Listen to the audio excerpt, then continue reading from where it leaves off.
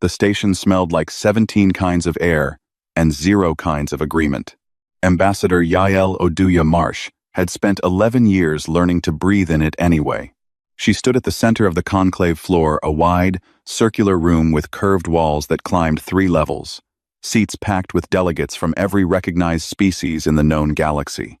Some breathed oxygen, some didn't. Some communicated through vibrations felt in the floor.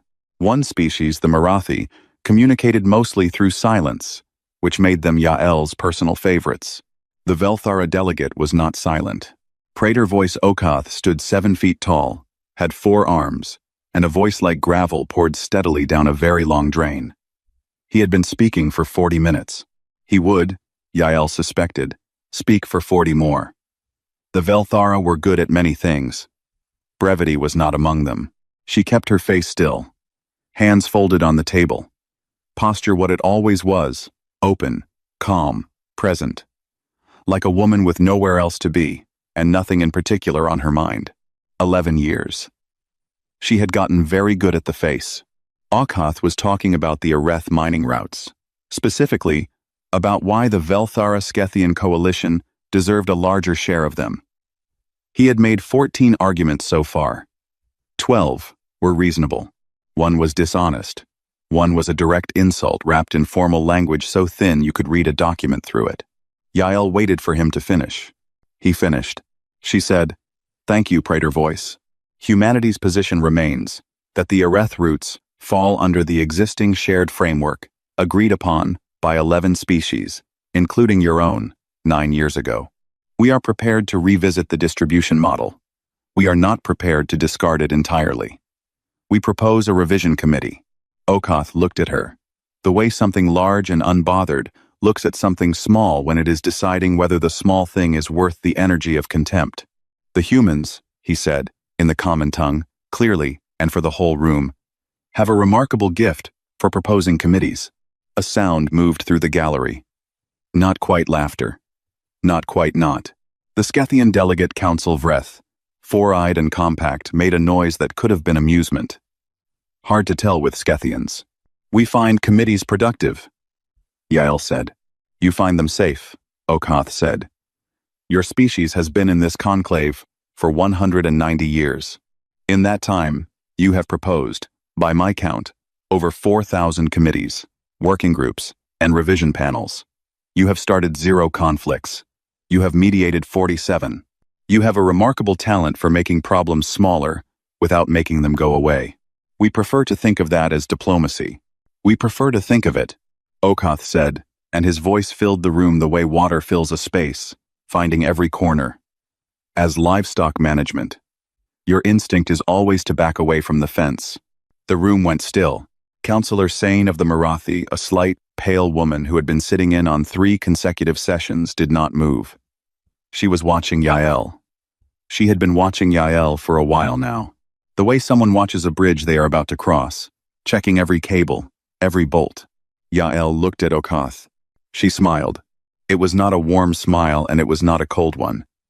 It lived in the space between those 2 things, steady and quiet and private. The smile of someone who had been handed a very specific permission and had decided, today, not to use it.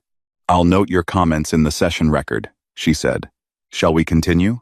Up in the gallery, behind the observation glass, Lieutenant Soren Adisa watched the monitor. He was 31. He had the kind of face that gave nothing away. People often made the mistake of assuming that meant there was nothing behind it. They were wrong about that. It did not bother him that they were wrong. Being underestimated was, in his experience, a useful condition. His official role was military liaison to the human diplomatic mission. His actual job was quieter and more specific. He wrote reports. He tracked figures. He maintained a file that no one outside a small, careful circle of people knew existed. He watched Okath say the word livestock. He watched Yael smile. He exhaled through his nose. Opened the file. Added 1 line. Velthara delegate formal session, direct provocation threshold. Not met. He updated the counter at the top of the document. Sibayishar. He closed the tab. Watched the floor below. Yael had already moved to the next agenda item. Resource access in the 7th corridor. She spoke with total calm, clear voice, no heat. By every visible sign, she was completely fine. Soren had learned, in 3 years working alongside her, that visible signs were not always the right measurement. He had met her at the beginning of his assignment. She had shaken his hand, looked at him a real look, the kind that takes stock and said, "You're one of the quiet ones." He hadn't known what to say. "Good," she had said, and walked away. He understood later what she meant. She was surrounded every day by people who were very skilled with words, people who filled space with language, until there was no room left for anything else. His job, the real one, was to stand at the edge of all that language as the thing the words were holding back.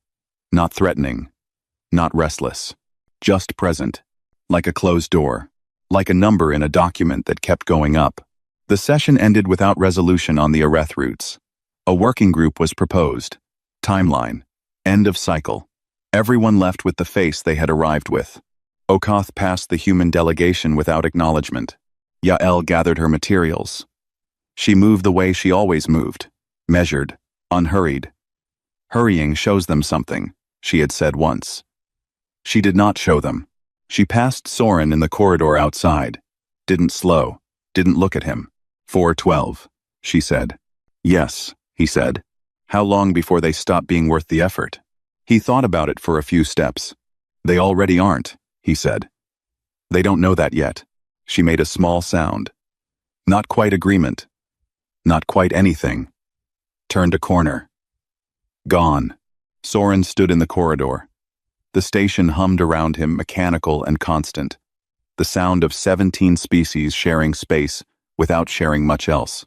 There was a saying inside the human diplomatic corps, passed mouth to ear, never written down in any official document. Don't let them see the files.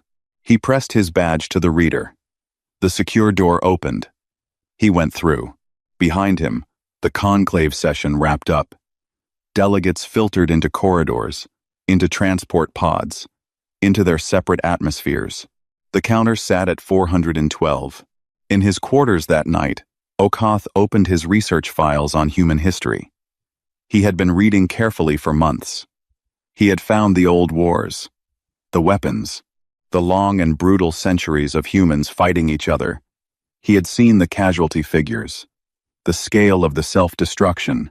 His conclusion: a species willing to nearly destroy itself is not dangerous. It is simply reckless. He closed the file. He slept well. He would not, later, count that among his better decisions. The attack came on a Tuesday. Not that the day meant anything to the Velthera-Skethian coalition.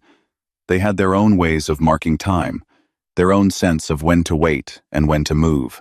They had decided, after careful calculation, that now was the right moment. 17 human colony worlds, all hid inside the same 6-hour window. The plan was clean. Remove the outer settlements, cut the supply lines, send a message too large to be argued into a committee, and quietly shelved. Show the galaxy that humans were exactly what everyone had always suspected: soft, flexible, capable of absorbing a blow and retreating behind new proposals. The plan assumed humans would look at the size of the message and back away from the fence. The plan was wrong from the first hour. It just took a while for the people who made it to understand that. The emergency signals came in waves. At the conclave station, Lieutenant Soren Adisa was the first to see them. He was always the first. That was the job. He sat at his desk in the secure section of the human mission offices and watched the feeds update in real time. Colony stations going quiet. Communication links dropping. Fleet transponders blinking out one after another, like someone walking through a room and turning off the lights without hurry, without drama. He did not reach for the counter file. This was not a provocation. The counter was for provocations. This was something else, a different category, one that did not have a number because it had never happened before. He sent 3 messages in 4 minutes. The first to Ambassador Yael Oduya Marsh, the second to Earth's Security Council. The third was a short sequence of numbers to a secure address he had memorized 3 years ago on his first day in this post, and had hoped, simply and genuinely hoped, he would never need to use. He sent it anyway.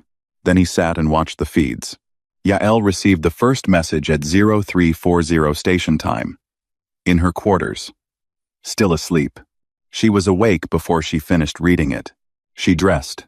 She moved through the corridor without slowing to speak to anyone she passed, except to say, "Get everyone in.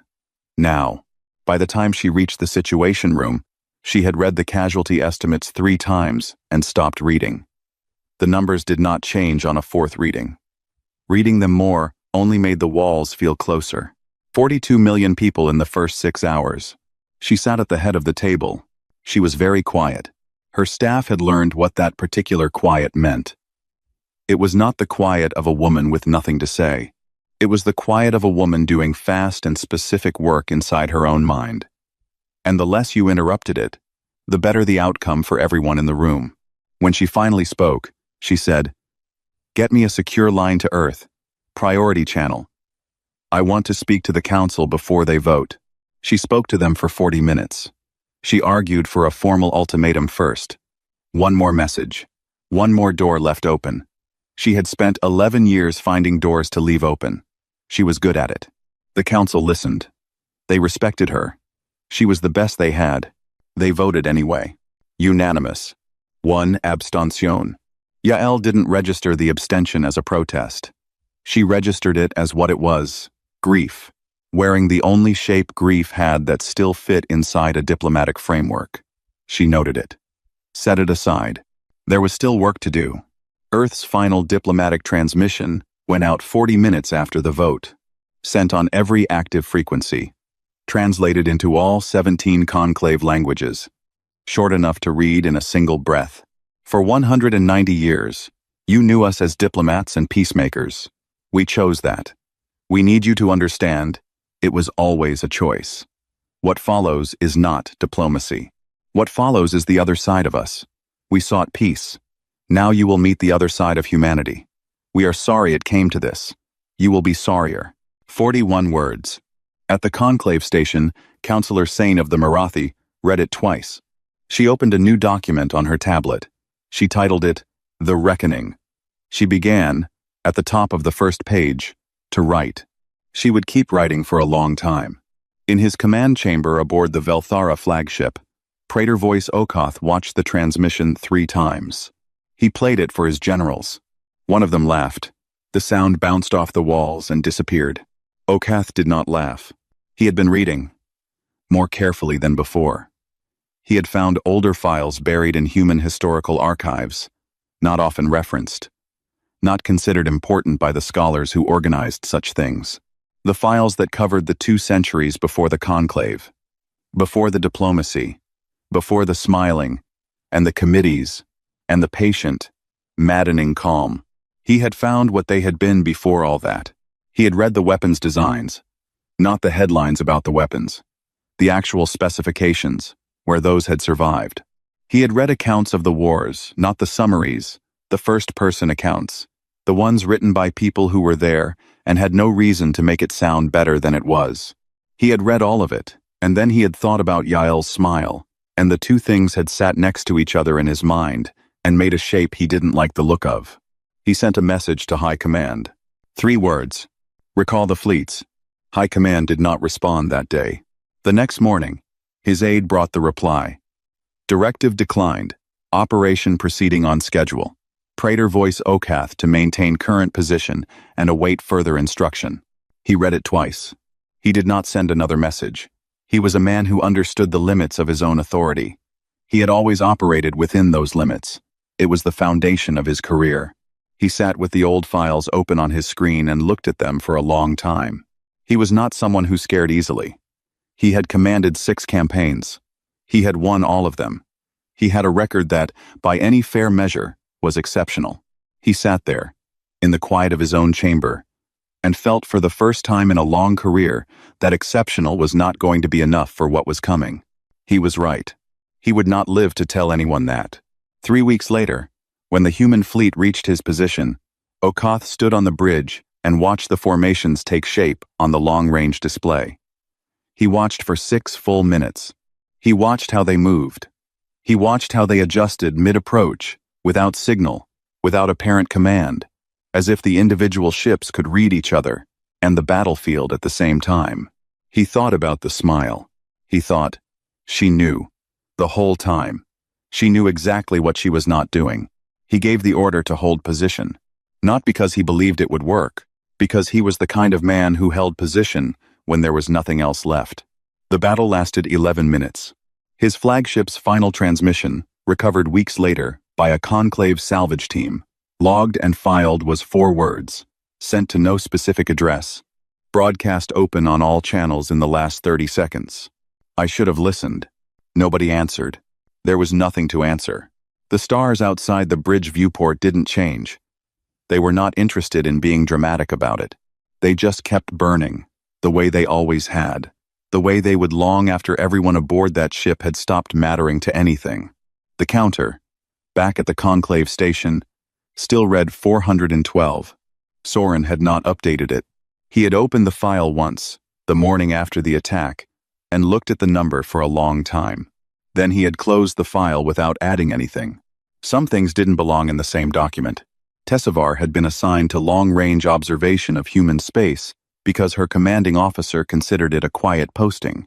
Commander Rev had not said this directly. He hadn't needed to.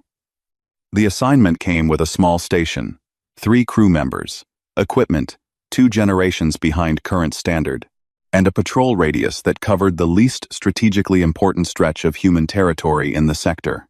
Quiet posting. Tessevar understood. She did not argue.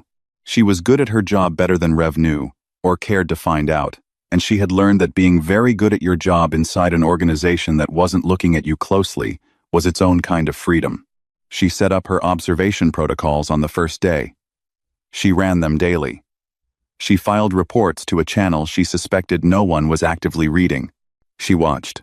For the first 2 weeks after the attacks on the human colonies, human space looked exactly the way Rev's plan assumed it would look. Quiet. Disrupted. Damaged communication networks. Rerouted supply paths. The ordinary signature of a civilization that had taken a serious hit and was managing the wreckage. By week 3, it looked different. Not dramatically different. Not obviously different. The kind of different that announced itself. Tessevar had to look carefully, had to run comparison analysis against her baseline readings from the previous month to see it. But she saw it. The cargo freighters were changing their routes, not because the standard lanes were damaged and the lanes were functional. The freighters were going somewhere specific. She tracked 3 of them to a manufacturing cluster near the outer belt and noted that they arrived empty and left carrying something dense. Her sensors couldn't identify the cargo, but she noted the weight. She noted the destination vectors. She filed a report. No response. By week 4, the automated shipyards had come online. This was the part that made her stop and sit very still at her console for a long time. There were 7 automated shipyards in the sector she was monitoring. She had logged them in her first week, large, older structures, long dormant, their power signatures barely readable above background noise. She had cataloged them as inactive infrastructure, not relevant, not worth watching. All 7 were active now, simultaneously. Their power output had gone from near zero to full operation in a window of approximately 9 hours. She ran a diagnostic check on her own equipment, calibrated her sensors, ran it again. The readings were correct. She pulled historical records on the yards, found their operational history. They had last been active 61 years ago, in the decade before humanity joined the conclave, during what the human archives called the consolidation period. The broader galactic record didn't cover that period in much detail. Nobody had thought it was worth covering in detail. Tessevar was beginning to understand why that had been a mistake. She filed another report, flagged it urgent, recommended immediate review. No response. She kept watching. By week 6, she had identified 32 separate indicators. Freighter routes, shipyard output, communication patterns that had shifted from civilian traffic to something tighter and shorter and more structured. Industrial platforms that had changed their energy output profiles in the specific way that happened when a facility changed what it was producing. She compiled everything into a single document. 8 pages. Analysis. Projections. And at the end, a section she titled, simply, Assessment.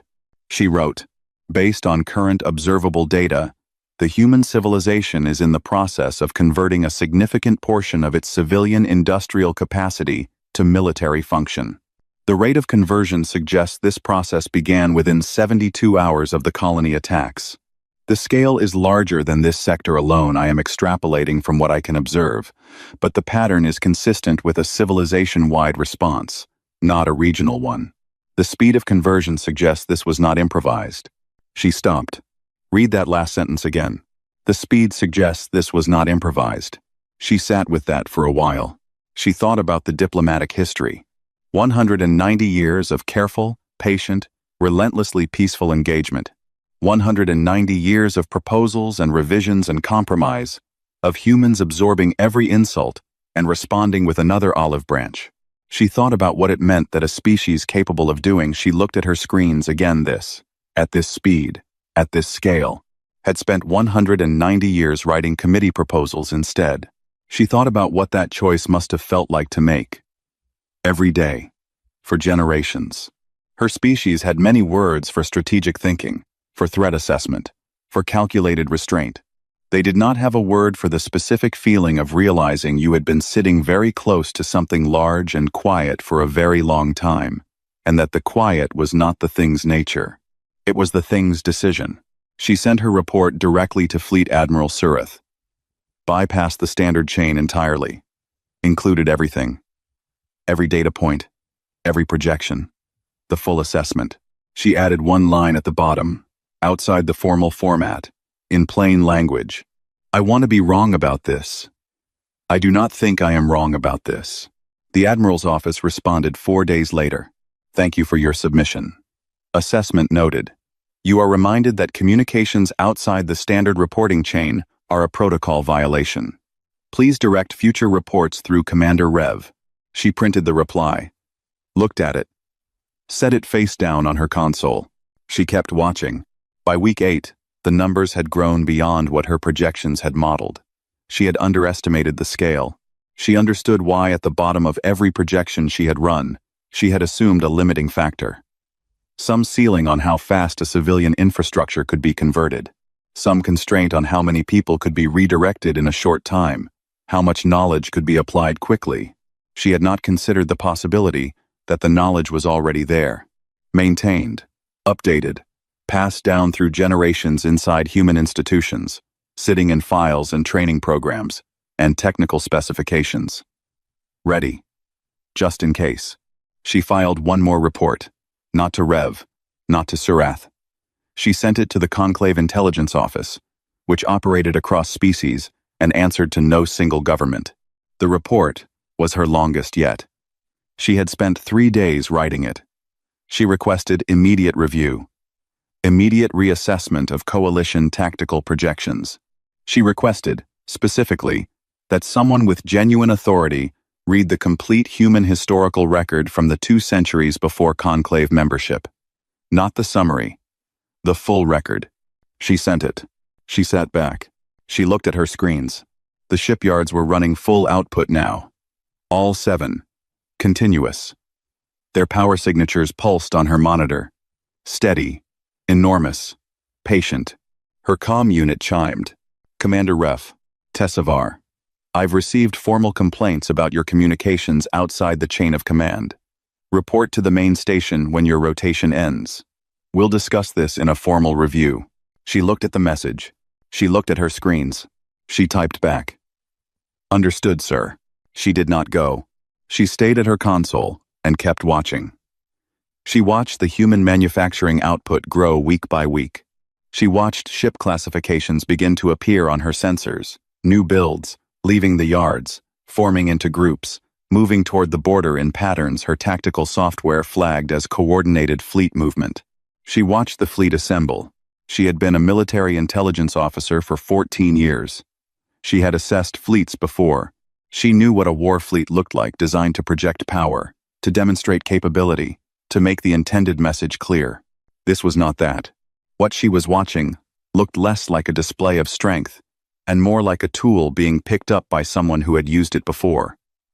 No wasted movement. No dramatic formation. just a very large number of ships, moving with the quiet efficiency of a thing being done by people who knew exactly how to do it. Her long-range sensors spiked past normal range when the first full formation crossed into the monitoring zone. She stared at the readings for a full minute, certain her equipment had finally failed after weeks of continuous use. It hadn't. She filed one last report. She had nothing new to add analytically. The numbers said everything the numbers could say. She had 3 sentences left. She wrote them. The fleet has crossed into monitoring range. My previous assessments were correct and have been consistently ignored. For the record, I told you. She sent it. She did not wait for a response. She turned back to her screens and watched what happened next, because she was, above all things, very good at her job. And what happened next was the kind of thing that, once you had watched it, you did not forget for the rest of your life. Commander Adaize Nwosu Park did not make speeches. This was something her crew had noticed in the first week, and had come, by the third week, to appreciate. The commanders in the old war stories always had speeches, long ones, full of references to home and honor and the weight of history. Nwosu Park had read those stories when she was young, and had thought, how much fuel are they burning on speeches that could be spent running simulations? She ran simulations, every night, every quiet hour. Her battle station was kept at a temperature her crew found uncomfortably cold, because she thought better in the cold, and she had stopped explaining this by the end of week 1. She had been given command of the 14th Combined Fleet, because she was, by every metric, her superiors could calculate, the best available option. She had been the best available option for 6 years. Normally that kind of record led to an administrative role, somewhere important sounding and distant from actual decisions. There was no administrative role to be promoted into right now. Every person with her skill set was pointed at one problem.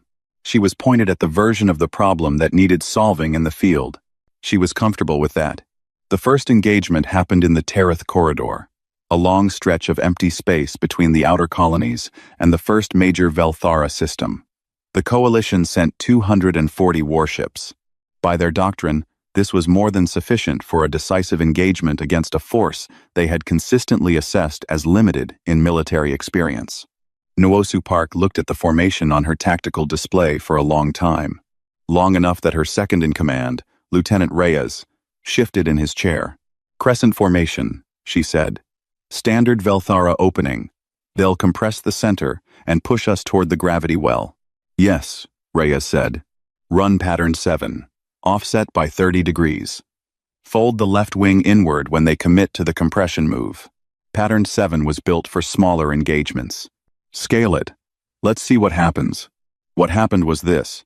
The coalition formation compressed its center exactly as doctrine instructed, exactly as it had successfully executed in 6 previous campaigns. The human left wing folded inward at the moment of commitment, not retreating toward the gravity well as the coalition's predictive models said it would, but folding in the opposite direction, wrapping around the exposed flank of the compression force. The Velthara center pushed forward into nothing and found itself caught on 2 sides at once. The engagement lasted 4 hours. Nwosu Park spent most of it at her station, eating a protein bar, working through a document she titled Terith Observations. When it was over, and Reyes brought the casualty report, she read it carefully, then added one more line to the document. Coalition predictive modeling assumes human forces will follow a standard retreat pattern under pressure. They have not accounted for the possibility that we don't have a standard retreat pattern. Every pattern we have was developed fighting ourselves against opponents who already knew our doctrine, so the doctrine had to keep changing. Test this assumption again in the next engagement. See if they've updated their models. They hadn't. Not by the 3rd engagement. Not by the 4th. By the 5th, they were learning. But learning slowly against an opponent who updated every single time was not a sustainable position. And the coalition commanders were beginning to understand this in the way that you understand something when the understanding arrives too late to help. What the coalition had never been told, what no one outside a small circle of human institutions had thought worth mentioning, was that humanity's centuries of internal conflict had produced a military tradition unlike anything in the known galaxy. Other species built war doctrines designed for external threats. for enemies with different technology and different thinking. Human doctrine had been forged against humans, against opponents who shared the same history, the same manuals, the same equipment, the same instincts. You cannot win against an enemy who already knows every move you know. So you have to make moves that aren't in any manual. And then when the enemy learns those, you make new ones. For 800 years that had been the condition of human warfare. The coalition walked into a galaxy's worth of accumulated adaptation and called it inexperience. Across the sector, Admiral Sovereign Vroth watched his tactical feeds with the careful attention of a man who had spent 40 years being right about things and was beginning to suspect he had been wrong about this one. He was old. He had commanded 6 campaigns. He had a record his culture held up as a model for young officers. He was not the kind of man who panicked, and he was not panicking now. He was, more precisely, recalculating. He watched the Tereth engagement replay on his display. He watched the coalition formation execute exactly as trained. He watched the human wing move in the direction his tactical computer had flagged as non-standard, the word blinking in small letters at the edge of the screen, and he watched the result. He had his aide play the final 20 minutes twice. Then he asked a question he had not asked in 20 years of command. Do we have records of human fleet engagements before their conclave membership? His aide searched for several minutes. Limited records, Admiral Sovereign. The humans had very few external conflicts before joining the conclave. Their pre-conclave fleet activity was almost entirely internal. Internal, Vroth said. Civil conflicts, sir. Factional wars. Vroth looked at his display. Internal conflicts. A species that had spent the centuries before conclave membership running military operations against itself, against opponents who shared the same technology, the same training, the same instincts, who had to keep evolving, because the alternative was losing to someone who knew everything you knew. He thought about the Tereth engagement. He thought about what non-standard meant. He thought, non-standard to us, routine to them, because they have been doing this to each other for centuries, against opponents who already knew the standard version. Pull the next 3 coalition engagements from the schedule, he said. I need to revise the tactical framework before we commit further forces. His aide relayed the order. 2 hours later, High Command sent revised instructions. Attack schedule maintained. No delays authorized. Vroth read the order. He followed it. He was the kind of man who followed orders. It was the foundation of everything he had built, every campaign he had won, every commendation in his file. He followed the order and sent his forces into the next engagement and wrote 1 line in his personal log when the results came back. She already knew what we were going to do. He didn't know her name yet. He would later. The whole galaxy would later. At the conclave station, Counselor Sane added a page to The Reckoning every evening. She had been writing since the day the message was sent. The document had grown past 300 pages and showed no sign of stopping. It was a record of every dismissal she had witnessed in 11 years as an observer. Every joke. Every use of the word livestock. Every session where a human proposal was not rejected on its merits but simply because it had come from humans, and humans were the ones who always bent. She had thought, when she started, that she was writing a historical document, a record of causes. By page 300, she understood what she was actually writing. She was writing a record of a choice.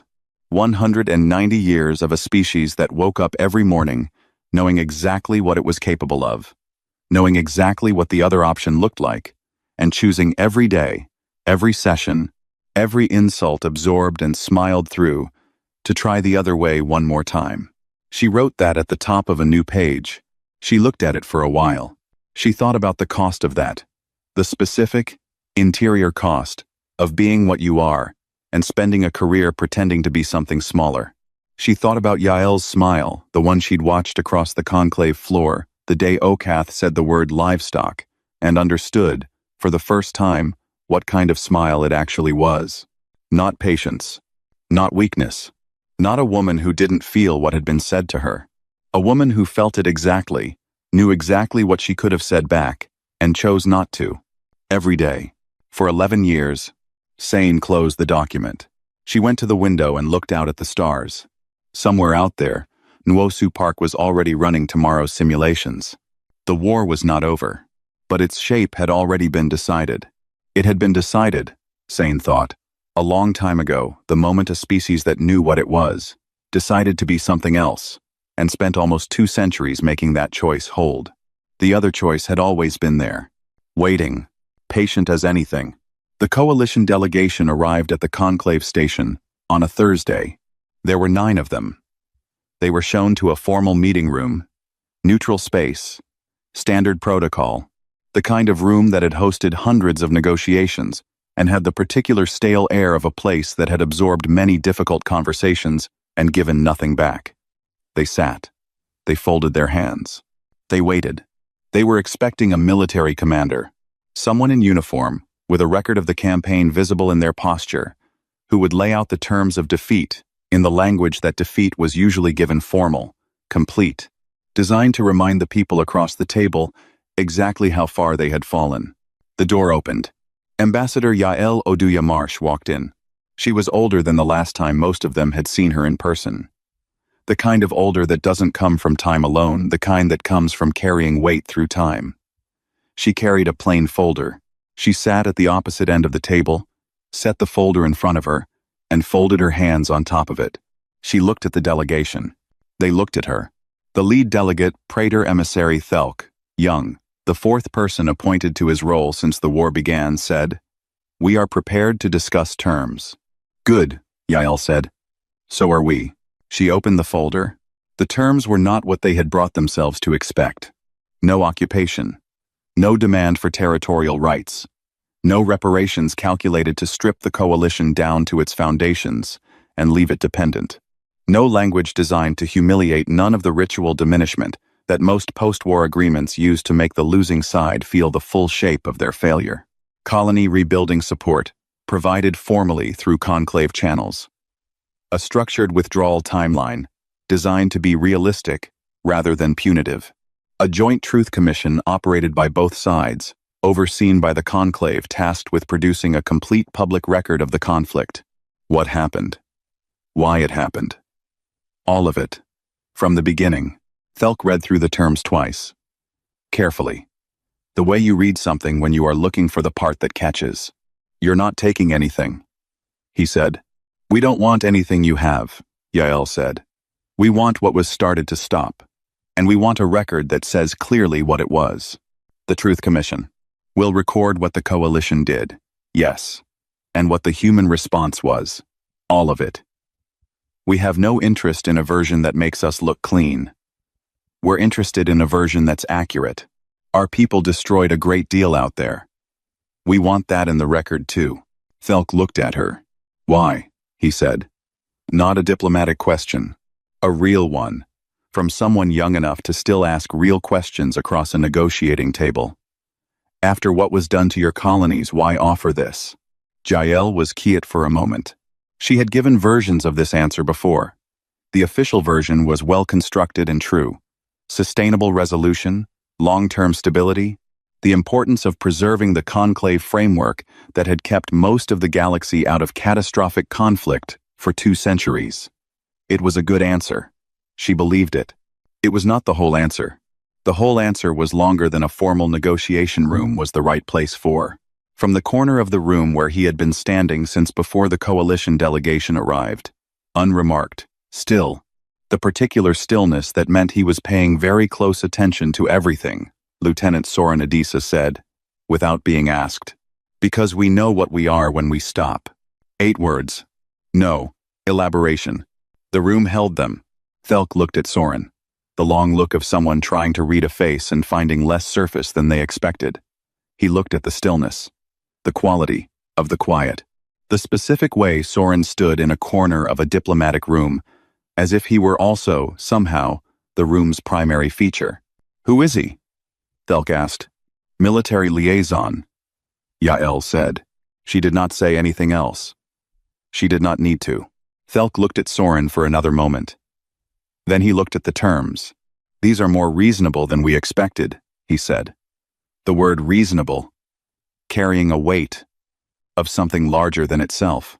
"We know," Yael said. Thelk picked up the document. looked at it again. He was quiet for a long time, the kind of quiet that was not about reading but about something else, something interior, a calculation that had nothing to do with the words on the page. He signed. The conclave reconvened in full session 6 weeks after the treaty was formalized. All 17 species, all seats filled. The same circular room, the same curved walls climbing 3 levels, the same blended air that didn't quite belong to anyone. Humanity took their seat at the table. Something in the room was different. Not a thing you could point to specifically. Not the architecture, not the seating arrangement, not the agenda documents stacked at every station. The structure of the session was the same as it had always been. What had changed was harder to locate. It was in how the conversation moved.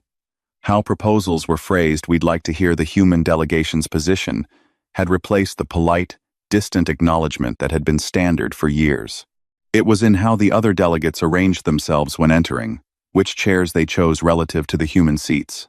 It was in the small, consistent adjustments of a room full of very intelligent species, recalibrating their understanding of something they thought they had already understood. Nobody called them the Benders. Nobody called them livestock. Okath's phrase had been formally struck from the conclave diplomatic record, per treaty terms. But it would have faded regardless. Words like that require a specific belief to survive in. The belief was gone. Councillor Sane filed The Reckoning with the Conclave, Historical Archive, 847 pages, accepted without comment by the archiving office, assigned a reference number, stored. Over the following decades, it would become one of the most accessed documents in the archive. Scholars would cite it. Officers would read it in training programs. Young diplomats from 17 species would read it and come away with the particular unsettled feeling of a lesson that has arrived too late to be useful and too clearly to be forgotten. She had added one final note on the last page, outside the formal structure of the document. Not analysis and not conclusion. Just a thing she had been thinking since the day she read the 41 words. They chose this every day. They chose it knowing exactly what the other option was. I keep wondering what that costs, from the inside. I wonder if we ever deserved the patience they gave us. I don't think we did. I think they gave it anyway, because that was who they had decided to be. I hope we are worth the decision they've made now. I am not sure we are. I think they'll try anyway. That may be the most human thing of all. She filed the document and went home. In the secure section of the human mission offices, Soren sat at his desk. He opened the file. He looked at the counter. Subai Ishir-san. The last entry dated from 3 days after the Terath engagement, the morning after the coalition forces crossed back over the border, when a Scythian diplomatic aide had sent an unofficial communication to the mission that included, buried inside a routine scheduling query, a line describing human commanders as, in direct translation, aggressively inclined. 413. That was where it had stopped. He hadn't added an entry since the war ended. He had opened the file a few times, looked at the number, closed it, without changing anything. He sat there now for a while. He thought about the day Yael had asked him in the corridor outside session 412, 2 years before any of this times, how long before they stop being worth talking to. He had said, they already aren't. They don't know it yet. He'd meant it as a description, not a prediction. He had not known, in that corridor, exactly what was coming. He had known the shape of it. The way you know the shape of something in the dark, you can't see it, but you know where not to put your hands. He closed the file.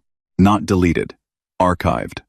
Stored in the same system it had always lived in, under the same access permissions. Maintained and backed up and ready. Just in case. He turned off his monitor. He went to the window. The station turned slowly in the dark outside. The way it had always turned. The way it would keep turning long after everyone currently aboard had moved on to other things. 17 species. 17 atmospheres mixed into something that didn't smell like home to any of them. Something shared, by necessity. He stood there for a moment. He thought about Yael in that negotiation room. The folder. The terms. The way Thelk had looked at the page and understood, without anyone explaining it, what it meant that the people across the table were choosing this, after everything. Choosing it again.